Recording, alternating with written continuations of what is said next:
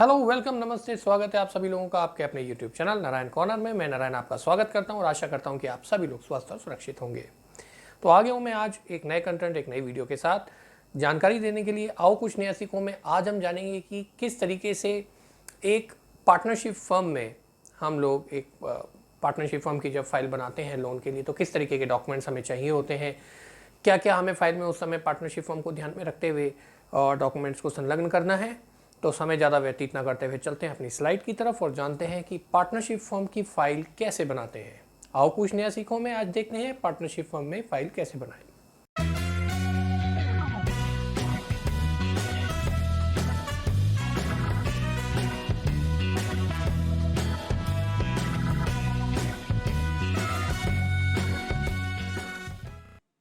Slide शुरू करते हैं। स्लाइड में आप देख ही रहे हैं, जैसा कि ऊपर डिस्क्रिप्शन में है कि SCNP और SCP यानी कि सेंटर प्रोफेशनल्स के लिए अगर आप पार्टनरशिप फर्म में अगर आप रन कर रहे हैं तो क्या क्या डॉक्यूमेंट आपको लगाने होंगे। तो जल्दी से शुरू करते हैं।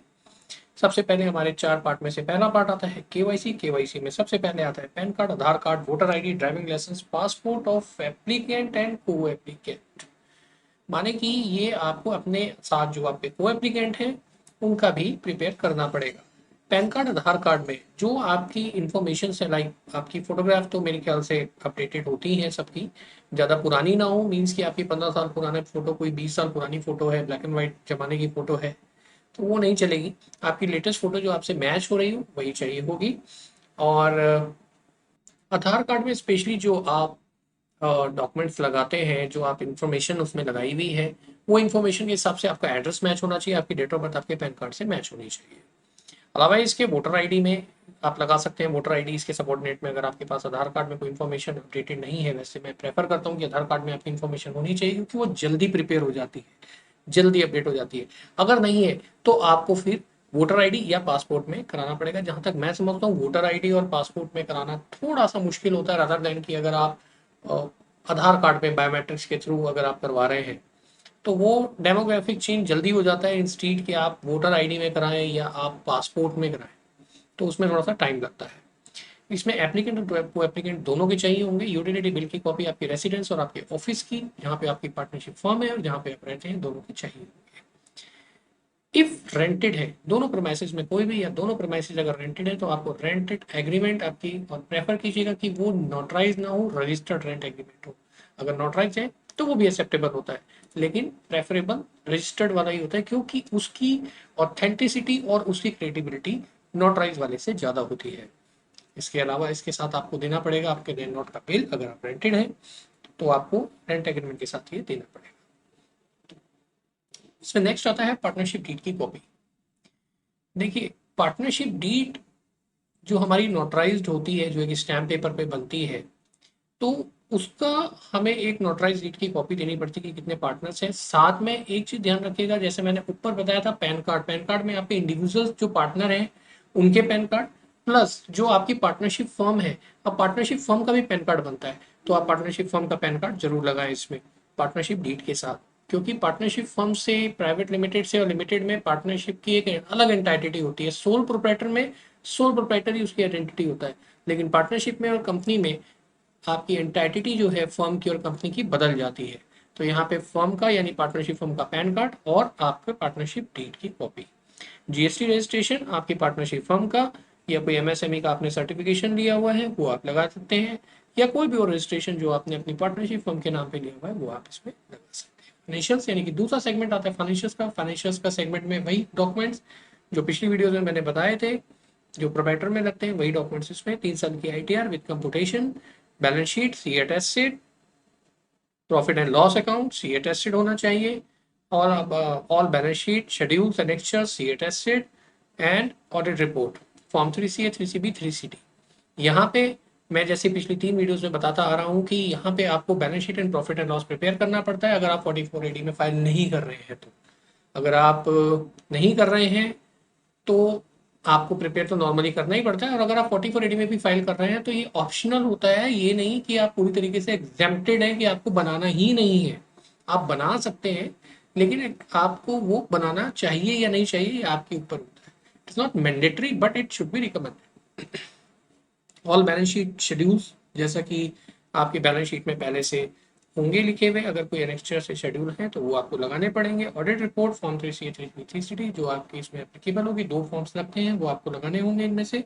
ऑडिटर की रिपोर्ट, अगर ऑडिट हो रहा है आपकी फर्म का और एक निश्चित सीमा से ज़्यादा आपकी टर्नओवर है तो आपको उसमें अपना ऑडिट कराना पड़ता है, और ऑडिट के साथ, ऑडिट रिपोर्ट के साथ ऑडिटर रिपोर्ट भी मैंडेट है। इसके अलावा जीएसटी की रिटर्न जो कि फाइनेंशियल्स का ही एक पार्ट है, 12 महीने की आपको लगानी होंगी, जिसमें आपकी टर्नओवर कितनी है ये अभी मैंडेट नहीं करता, वो प्रोडक्ट वाइज डिफर करता है, लेकिन आपको ये दिखाना होगा कि 12 महीने में आपकी जीएसटी पेड है या जीरो पे भी है, तो भी रिटर्न आप फाइल कर रहे हैं। इसके बाद आता है हमारा तीसरा इंपॉर्टेंट पार्ट, बैंकिंग। बैंकिंग में आपकी फर्म की करंट अकाउंट की लास्ट 12 महीने की स्टेटमेंट, और जितने भी पार्टनर्स हैं उनकी 12 महीने की सेविंग अकाउंट की स्टेटमेंट, या कोई और अगर कोई एप्लीकेंट है जो अदर देन आपकी फर्म के अलावा भी कोई इसमें कोई एप्लीकेंट है तो उसकी भी हमें बैंकिंग लगानी होगी।